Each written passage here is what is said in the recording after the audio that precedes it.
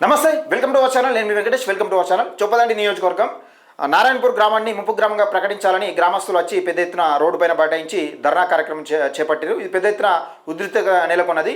అయితే ఇక్కడ ముప్పై ఇళ్లను అధికారులు తీసుకుందామని సర్వే చేయడానికి వచ్చినప్పుడు నిన్న కూడా అక్కడ పెద్ద ఎత్తుననే రచ్చరంబోలు అయిపోయింది. అయితే ఇక్కడ విషయం ఏంటంటే నారాయణపూర్ ముంపు గ్రామాన్ని ఎమ్మెల్యేలు మారుతున్నారు తప్పితే నారాయణపూర్ గ్రామ ప్రజల తలరాతలు మారతలేవు.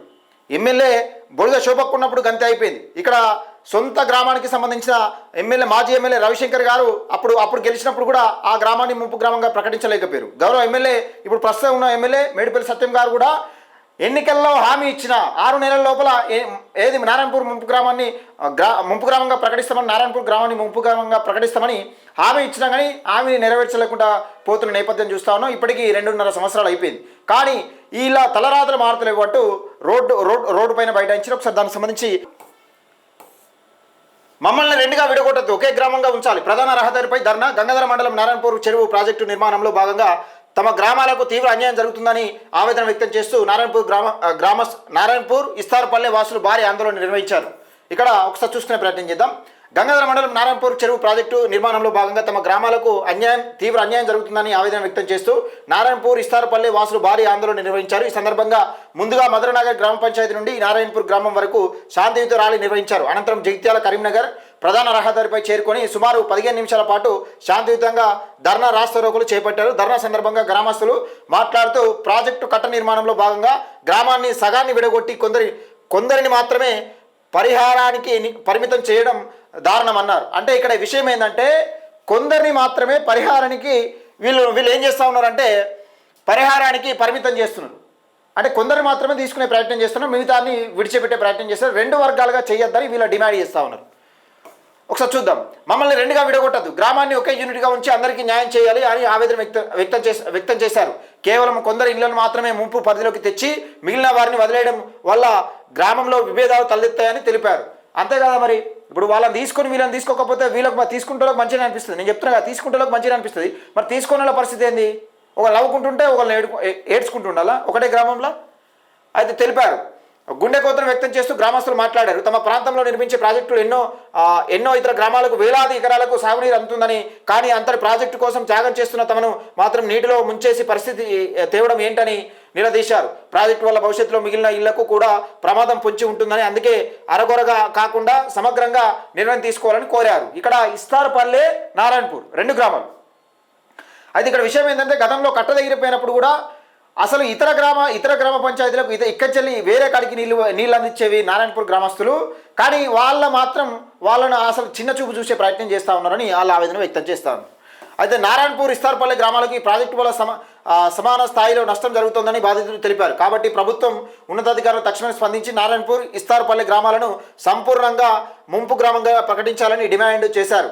బాధితులు సరైన పునరావాసం నష్టపరిహారం కల్పించిన తర్వాతే పనులు ముందుకు తీసుకెళ్లాలని పట్టుబట్టారు. రహదారిపై ధర్నా కారణంగా కొంతసేపు వాహనాలు రాకపోకల అంతరాయం కలగగా పోలీసులు 15 నిమిషాల అనంతరం నచ్చజెప్పడంతో గ్రామస్తులు శాంతించారు. ఈ నిరసన కార్యక్రమంలో ముంపు బాధితులు పెద్ద సంఖ్యలో పాల్గొన్నారని ఒక వార్తనైతే చూస్తాను. పెద్ద సంఖ్యలో అంటే మామూలు సంఖ్యలో కాదు, గ్రామం కాదు నచ్చినట్టు అయిపోయింది. కొన్ని నిమిషాల పాటు ఈ అస్తవ్యస్తం అయిపోయింది రవాణా వ్యవస్థ. వాట జరిగింది. అయితే 2 వర్గాలుగా చేయొద్దని చెప్తా ఉన్నారు. దానికి సంబంధించి ఒకసారి విజువల్స్ చూసుకునే ప్రయత్నం చేద్దాం. ఇది ఇక్కడ పెద్ద ఎత్తున ధర్నా నిర్వహించి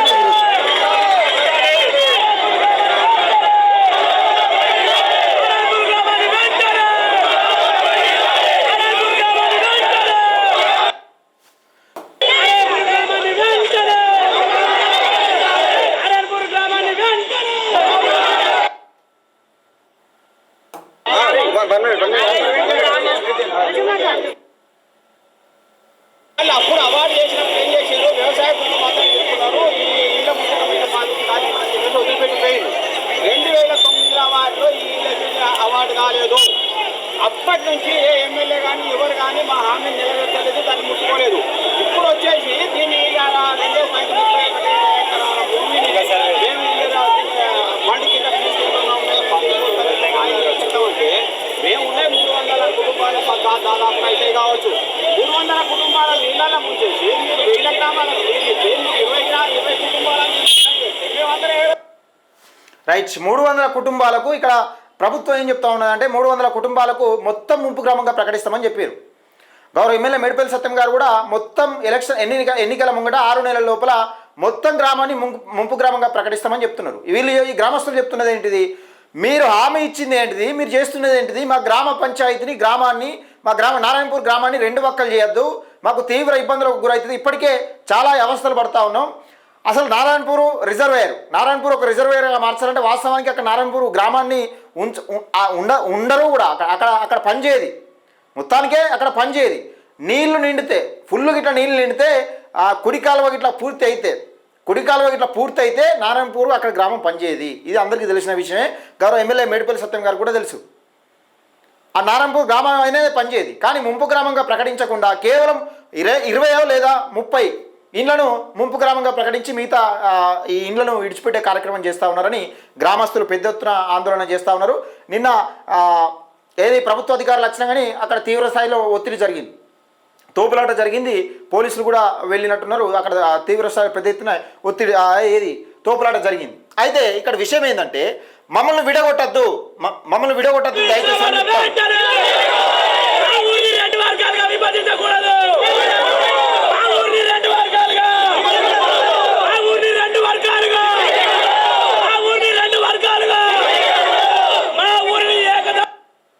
రైట్. ఇది అంటే అక్కడ ఏం చెప్తున్నారంటే వాళ్ళు మా ఊరిని 2 వర్గాలుగా విభజించకూడదు.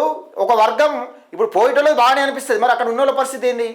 ఇప్పుడు 20-30 ఇండ్లు తీసుకుంటారు, అధికారులు వచ్చారు, ప్రభుత్వ అధికారులు వచ్చారు, సర్వే చేశారు, 20-30 ఇండ్లు ముంపు కింద ప్రకటించి వాళ్ళకు వేరే కాడ నివాసం కల్పించే ప్రయత్నం చేస్తారు. మరి మిగతా వాళ్ళ పరిస్థితి ఏంది? ఇప్పుడు కుడికెనాల్ అనేది పూర్తి అయితే నారాయణపూర్ అక్కడ గ్రామ పంచాయతీ పనిచేస్తుందా? నారాయణపూర్ గ్రామ ప్రజలు మొత్తానికి ఉండొచ్చాడా? అది పరిస్థితి. నారాయణపూర్ ముంపు గ్రామాన్ని మొత్తం గ్రామాన్ని ముంపు గ్రామంగా ప్రకటించాలని ప్రభుత్వాన్ని డిమాండ్ చేస్తూ ఉన్నారు. మరి ఇది ఎందరు ఎమ్మెల్యేలు మారితే ఇలా తలరాతలు మారితే అసలు ఎన్ని ప్రభుత్వాలు మారాలనేది అర్థం కాని పరిస్థితి. ఇప్పటికీ బీఆర్ఎస్ ప్రభుత్వం 9.5 సంవత్సరాలు పరిపాలించింది, కానీ అది పని పూర్తి కాలేదు. కానీ ఇప్పుడు కాంగ్రెస్ వచ్చి 2.5 సంవత్సరాలు అవుతుంది, పని పూర్తి కావట్లేదు. ఇది నారాయణపూర్ గ్రామంలో జరుగుతుంది, చొప్పదండి నియోజకవర్గానికి సంబంధించి.